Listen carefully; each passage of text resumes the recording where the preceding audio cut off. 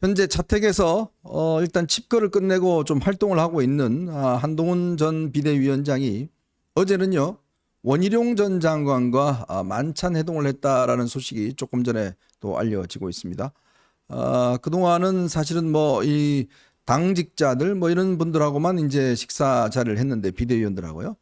이제 본격적으로 아마 당내에 있는 정치인들하고 이제 뭔가 자리를 마련하는 것 같습니다. 어제 만찬 회동을 했다라는 지금 소식이 들어와 있습니다. 조금 더 제가 좀 더 구체적으로 이런 사실들을 좀 말씀을 드릴 텐데 뭐 아무래도 이제 한동훈 위원장이 조금씩 움직이고 있는 것 같습니다. 활동을 벌이고 있고 제가 알기로도 아마 이번 주 중에 여러 어떤 이 정치인들 관련된 분들을 만날 계획을 갖고 있는 것으로 그렇게 알고 있습니다. 어쨌건 어제 그저께 많은 분들이 또 한동훈 위원장 도서관 가는 거, 뭐 택시 기다리는 거, 뭐 그런 거 사진 올려주셔서 뭐 또 그것도 재빠르게 또 가시는 분들이 계시더라고요. 사진 올려주자마자 또 열심히 또 달려가셔서 만나고 사인도 받고 하는 분들도 계시는 것 같아요. 벌써 지금 보니까 팬카페는 지금 한 6만 명, 지금 제가 조금 들어오기 전에 뭐 한데 이게 워낙 빠른 속도로 늘어서 오늘 중으로 아마 6만 명이 넘었을 것 같습니다. 아마 이번 달 안으로는 뭐 10만 명을 훌쩍 넘었을 것 같고요. 이렇게 한동훈 위원장을 좀 이 격려하시는 분들이 많이 있는 것 같습니다. 이런 또 이 한동훈 티셔츠가 또 그렇게 유행이라면서요. 뭐 고양이 모양이 그려진 그런 티셔츠가 주문이 폭주하고 있다라는 뭐 그런 이야기도 지금 전해지고 있습니다. 어쨌건 요 이야기는 조금 더 저희가 좀 더 구체적으로 이야기를 여러분에게 전해드리겠습니다. 조만간 아마 검찰 인사가 있을 모양입니다. 지금 검찰의 고위직들이 오늘 잇따라서 지금 사의 표명을 하고 있습니다. 오늘요. 이주형 서울고검장, 최경규 부산고검장 오늘 사의를 표명했고요. 노정현 대구고검장, 한성리 울산지검장, 박종근 광주지검장 오늘 법무부에 사의를 표명했다고 합니다. 아마 이 사의 표명했다는 것은 아마 이제 상층부에서 뭔가 이제 이번에는 좀 쉬셔야 될 것 같습니다라는 아마 통보를 받은 명단으로 보입니다. 아마 조만간 일단 이제 검찰총장은 9월까지가 임기지만 예. 그 밑에 있는 서울중앙지검장이나 뭐 등등 이런 분들에 대한 인사가 뭐 좀 곧 있을 것 같네요, 그죠? 그렇죠. 검찰총장만 임기가 2년으로 정해져 있고 뭐 중앙지검장이라든가 뭐 고검장이라든가 임기가 딱 있는 건 아니죠. 근데 네. 이제 대략 어느 정도 되면은 뭐 인사 교체가 된다 하는 건데 좀 곧세진 좀 된 것 같습니다. 네. 그래서 지금 저런 현상들이 일어나는 게 아닌가 싶은데 핵심은 이제 이원석 검찰총장의 임기가 정해져 있는 건데 중앙지검장 송경호 중앙지검장 제가 알기로는 취임한 지 2년이 된 것 같아요. 된 것 같습니다. 예, 보통 그렇죠. 그 자리에 앉으면 뭐 2년 정도 하면 바뀌긴 바뀌어요. 근데 엄청 지금 오래 하는 거지, 진짜. 굉장히 중요 사건 수사를 앞두고 있기 때문에 네. 그게 어떻게 될지 그게 네. 좀 관전 포인트가 되지 않을까 싶습니다. 네. 여러분, 법원은요, 여러분들의 어떤 중요한 사적인 정보를 많이 가지고 있습니다. 일단 결혼과 관련된 거, 그렇죠. 재산과 관련된 거, 뭐 이런 것들이 법원에 가면 등기부등본이라든지 뭐 등등 이런 게 많이 있거든요. 근데 북한의 나자루스라고 하는 해킹 집단이 있습니다. 이 집단이 2021년 이 대법원을 해킹을 해서 어마어마한 양의 지금 정보를 빼내갔다는 사실이 국정원과 경찰 수사 결과 밝혀졌습니다. 자, 그런데 여러분 2021년은 언제였습니까? 바로 김명수가 있을 때였습니다. 맞습니다. 자, 김명수가 대법원장을 할 때 법원이요 어마어마한 양의 지금 이 해킹을 당해놓고도 쉬쉬했다고 합니다. 제대로 된 지금 뭐 이 복구 조치도 하지 않고 쉬쉬했다는 것 같은데요. 그래서 아마 여러분들과 관련된 많은 정보들이 지금 북한 손에 넘어가 있습니다. 혹시 여러분들이 무슨 문자나 뭐 이런 걸로 내가 알고 있는 나만 알고 있는 그런 사실이 있지 않습니까? 뭐 언제 혹시 결혼했고 어디에 지금 집이 있고 뭐 재산이 어디 있고 이런 정보가 와서 뭐 뭔가 문제가 있습니다. 뭐 눌러보세요. 그러면 이런 거 있잖아요. 절대 누르시면 안 됩니다. 그러면 바로 해킹돼서 이 보이스피싱 그룹으로 갈 수가 있거든요. 2021년이면은 그 다음에 3구 대선이 있었기 때문에 네. 이런 개인 정보를 빼내서 무슨 정치 공작으로 썼을 가능성도 충분히 있을 거라고 네. 보여져요. 그 개연성은 충분히 있는 거고요. 선관위도 한번 털렸잖아요. 선관위 털렸죠. 털렸고 지금 법원은 털렸는데 뭐가 털렸는지도 지금 파악이 안 된다고 있는 거 아닙니까? 뭐가 털렸는지도 제대로 파악조차 안 되고 있다라는 거 아닙니까? 근데 여러분 문제가 뭐냐면 이 법원에요. 김명수가 들어서면서 네. 대법원에 있는 이 행정 그 대법원 저 행정처라고 네, 있습니다. 법원 행정처가 있어요. 거기에 판사들을 대부분 다 몰아냈습니다. 왜 몰아냈냐면 예전에 이제 양승태 대법원장 시절에 대법원의 중요한 직책들은 전부 다 판사들이 맡고 있었어요. 네. 그때 공보원이라든지 전산관리 담당관이라든지 이런 그 중요한 직책을 전부 다 판사들이 맡아서 관리를 해왔습니다. 근데 김명수가 들어서면서 판사들을 대거 자르고 그걸 전부 다 일반직들로 다 임명했어요. 법원의 공보관이라든지 전산관리관이 전부 다 기본적으로 전부 다 이 일반직들이 다 장악을 했어요.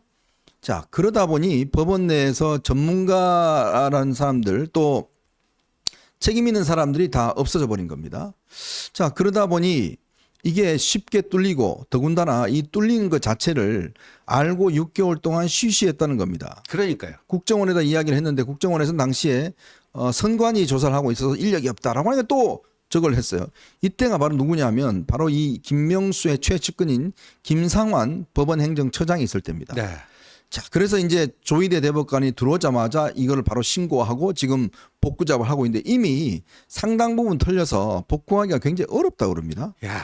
자, 이게요, 김명수가 저질러 놓은 이 일 중에 하나가 뭐 여러 가지 일이 있지만 정말 이 일 자체도 굉장히 중요하고요.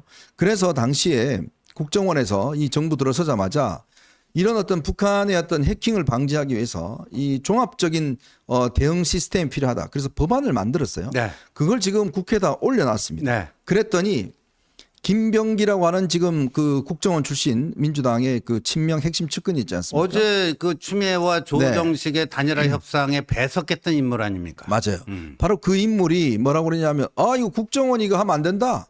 이렇게 주장을 하는 바람에 지금까지도 전혀 이 법이 통과되지 못하고 있어요. 여러분 한번 생각해 보세요. 지금 그 네이버, 라인, 야후, 그 일본 총무성에서 행정 지도를 통해서 네이버 측의 지분을 사실상 강제 매각 네. 아니냐 뭐 그래서 지금 좀 민주당이 난리 났잖아요. 지금 네. 조국 독도가 있고. 근데 네. 여러분들 그거는요. 중국 측의 해킹, 네이버 클라우드가 중국 측으로 추정되는 해킹을 당해갖고 일본인들의 52만 명의 개인정보가 빠져나간 겁니다. 근데 이거는 북한 정찰총국이라고 북한의 공작기구입니다. 네. 예. 그 밑에 있는 라자루스에 의해서 우리 국민의 개인정보가 털린 거 아닙니까, 지금. 그러니까, 그 네이버를 뭐 거기서 막아내는 것도 중요하지만 어떤 사안이 더 중요합니까? 뭐가 더 중요한디? 네. 뭐가 더 중요하죠? 네, 근데 민주당은 한국의 좌파 세력은 여기에 대해서는요, 이런 방구 안 하고 있어요. 네. 참 이 부분도 조만간 빨리 고발이 돼 있습니다. 현재 당시 김명수하고 고발이 돼 있으니까 수사를 해야 된다는 생각이 듭니다. 자, 제가 좀 전에 검찰 관련 인사가 있을 것이다 알려들었더니 바로 또 인사가 지금 났습니다. 네, 법무부가요 오늘 검사장급 39명의 승진 전보 인사를 발표를 조금 전에 했습니다. 중앙지검장의 이창수 전주지검장이 임명이 됐습니다. 이창수 전주지검장 사법연수원 30기입니다. 임명이 됐고요. 이번에 중앙지검 같은 경우는 지금 뭐 김건희 여사 관련된 수사라든지 여러 가지가 지금 있는 거 아니겠습니까?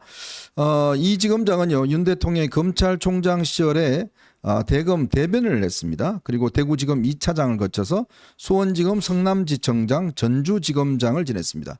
여러분 전주에서 뭘 했죠? 바로 그 이스타 항공 관련된 맞습니다. 문재인 사의 관련된 수사를 특히 해왔지 않습니까? 제 직전에 전주지검장을 하다가 네, 지금 그렇죠. 중앙지검장 발령받은 네네, 거죠. 그렇습니다. 그 문재인 사의 그 서창호인가? 네, 그 서창호. 이스타 항공 특혜 취업 네. 그 수사를 열심히 했죠. 특히 이정수 지금 신임 중앙지검장은요, 바로 이 성남 FC 후원금 의혹 수사 이거를 전문적으로 해왔습니다. 그래서 지금 또 이 타이 이스타제 특혜 채용 이 두 사건을 아주 집중적으로 해왔기 때문에 어떤 이 수사의 연속성 뭐 그런 것들이 좀 담보가 될 것 같습니다. 그런 이정수 지금 중앙지검장이 이창수 임명됐고요. 그다음에 송경호 중앙지검장은요. 승진을 해서 부산고검장으로 승진 발령이 됐습니다. 부산고검장으로 승진 발령이 됐습니다.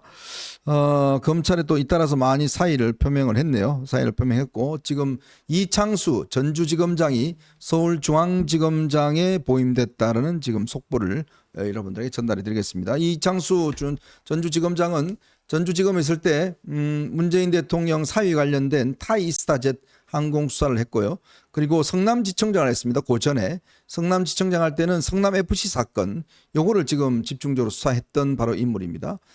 그렇기 때문에 아마 이 사건 수사의 연속성이 아마 있을 거 아닌가. 옛날 윤석열 대통령 검찰총장 시절에 대변을 했던 바로 그런 분이 지금 이번에 이창수 전주지검장이 서울중앙지검장에 보임이 됐다.